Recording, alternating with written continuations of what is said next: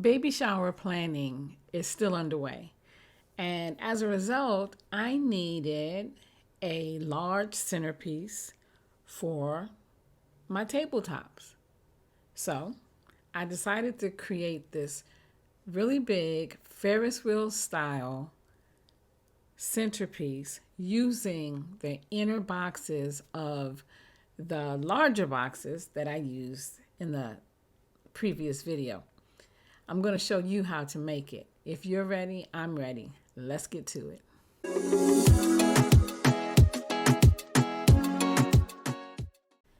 In a previous video, I showed you how to make this tabletop design out of these blocks. We painted them, designed them. Here's what I didn't show you. The original box even comes with a drawer, and this is the drawer. So this is the box that I use to make the other tabletop design, the smaller ones. But I still had a bunch of these left, which are smaller because they're the drawer. So I used these, but I had a bunch of these left and I wanted to do something with them. And because I had a bunch of them and I wanted to do a large display, I decided to create a tabletop centerpiece that looks like a Ferris wheel using these blocks. So in this video, I'm going to show you how I created the Ferris wheel. Just using the dowels, glue, the boxes, some paint, and of course, some flowers. Before I get too into the video, remember, if you like this video, give me a thumbs up. I would appreciate it. Subscribe to my channel because you definitely do not want to miss upcoming videos that I will release, and ring the bell.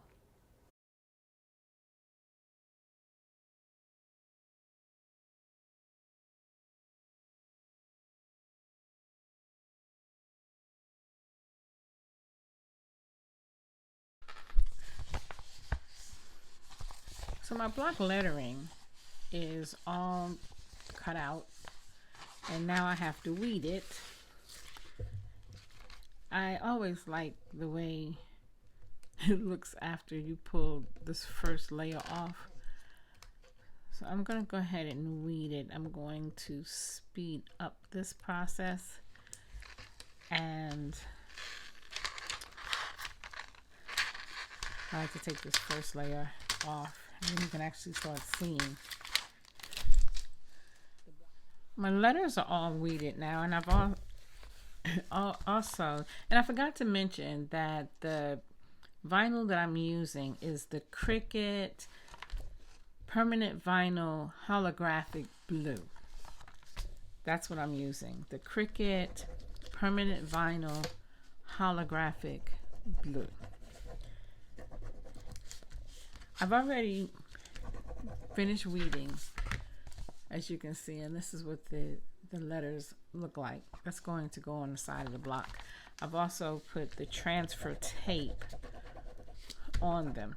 Now I tend to like to use this tool better than the scraping tool because it just seems like it takes a lot longer. But with this, you have to be really careful because if you have your hands in the wrong place, you will get pierced by this, and it hurts. It's a puncture and it really hurts. So now I'm just going to cut them out since they're already in the transfer tape. I'm just going to cut them out, and then I'll put them on the block. The placement of these blocks are a little different than the placement of the baby blocks because the cutout is going to go to the outside. And so because the cutout is going to the outside, the part that's going to be seen is the side that's directly on the right side, in this case, of the block. So because the block is going to be situated this way, which I'll do it this way. It's going to be situated this way with the cutout going to the left on this side. The letter is going to be seen on this side. It'll make more sense when we start putting it together more. So I'll put the letters on now. Make sure that they can come up. I noticed that sometimes you just need a little bit more. It's like if you can bring up just one part of it, the rest of it will come up as well. See, just like that. Okay, and so you want to situate your lettering right in the center.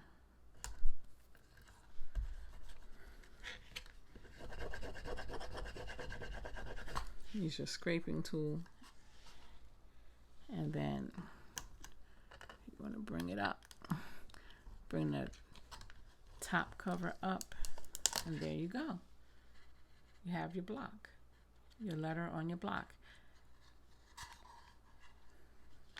So I'll go and do the rest of them, and I shall return shortly. Now when you get to the right side of the blocks, on the left side of the blocks, remember I said whatever's facing out, you go to the right side. So here's your cutout and you go to the right side. But once you get to the center block is going to be directly on the other side of the cutout because it's standing centered. So the cutout and then the back of the block. But once you get to the right side, the cutout is to the right. You can see that the cutout is here. So now you're going to go to the right side.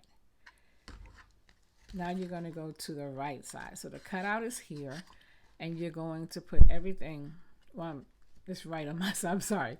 So the cutout is here and you're going to go to the left side of the cutout. This is the block that's on the right side of the center. The blocks, the baby, try to put it up here so you can see it.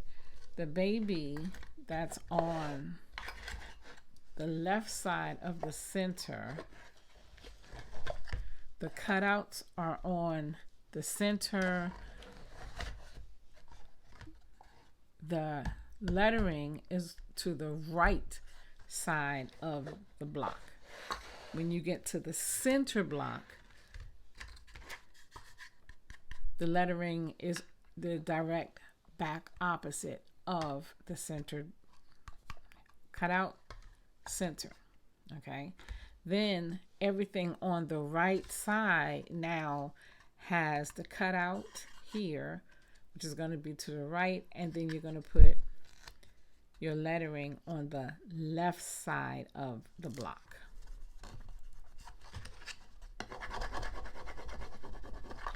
Cutout here, lettering left side of the block.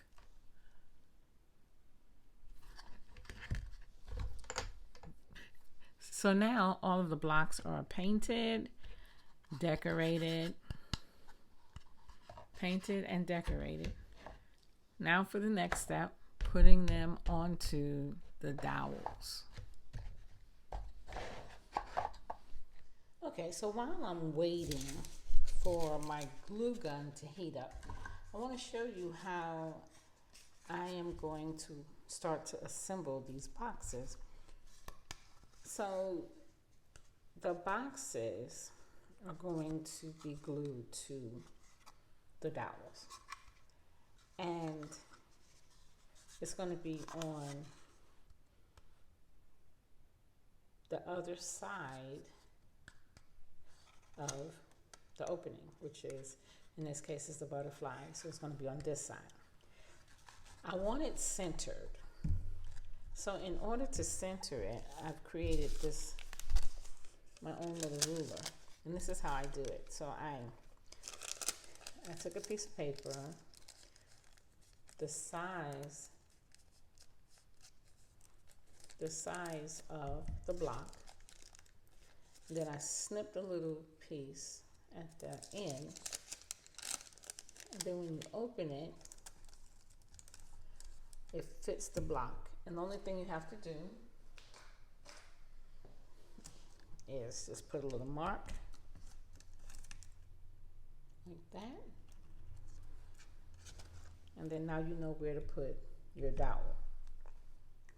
And so I'm going to do this for each of the blocks because I want them all marked in the center, just like this. Okay, so now we're going to put our dowels together.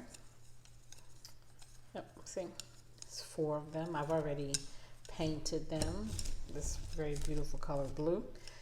And I'm going to be using this it's kind of a rope thread, thick rope thread, but I'm going to use it and then I'm going to reinforce it with some glue. So the first thing I want to do is mark the halfway point for these, and that's important because everything is going to be pretty much, I want everything to be the same, so I want everything to be marked the same way so I can find it. So what I'm going to do is I'm just going to, this is the halfway point, I'm just going to bring, it doesn't have to be perfect, I'm just going to put a mark there like that.